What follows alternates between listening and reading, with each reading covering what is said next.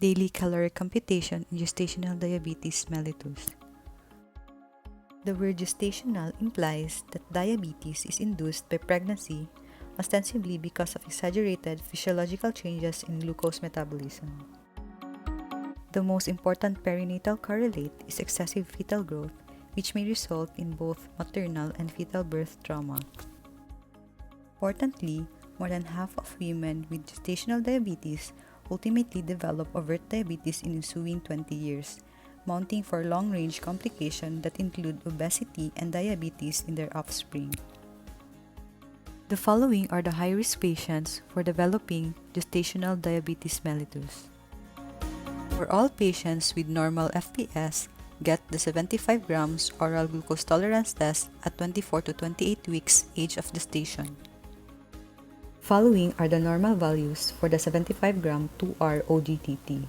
If fasting blood sugar is more than 92 milligrams per deciliter or one value is elevated, the patient is diagnosed with GDM. Advise the patient for dietary modification by first computing its caloric requirement. Treating gestational diabetes lowers the incidence of preeclampsia, shoulder dystocia, and macrosomia. Medical nutrition therapy is the cornerstone of treatment in diabetes. The goal is to maintain at least near normal blood glucose level, allow reasonable body weight, and promote overall health. Patient information includes the following.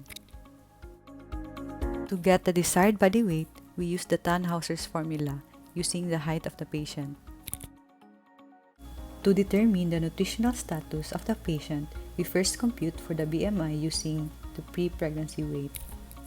This is done by dividing the weight of the patient with its height in meters squared.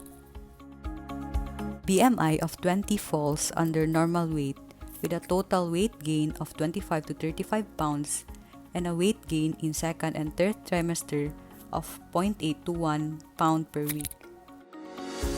When the recommended weight gain for second trimester, the patient falls under 80 to 120% of recommended body weight.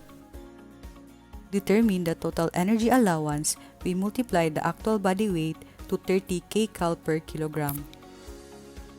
Given the total energy allowance, we divide it for carbohydrate, which is 40%, protein 25%, and fats 35%. To convert it into grams, divide carbohydrates to 4, proteins to 4, and fats to 9.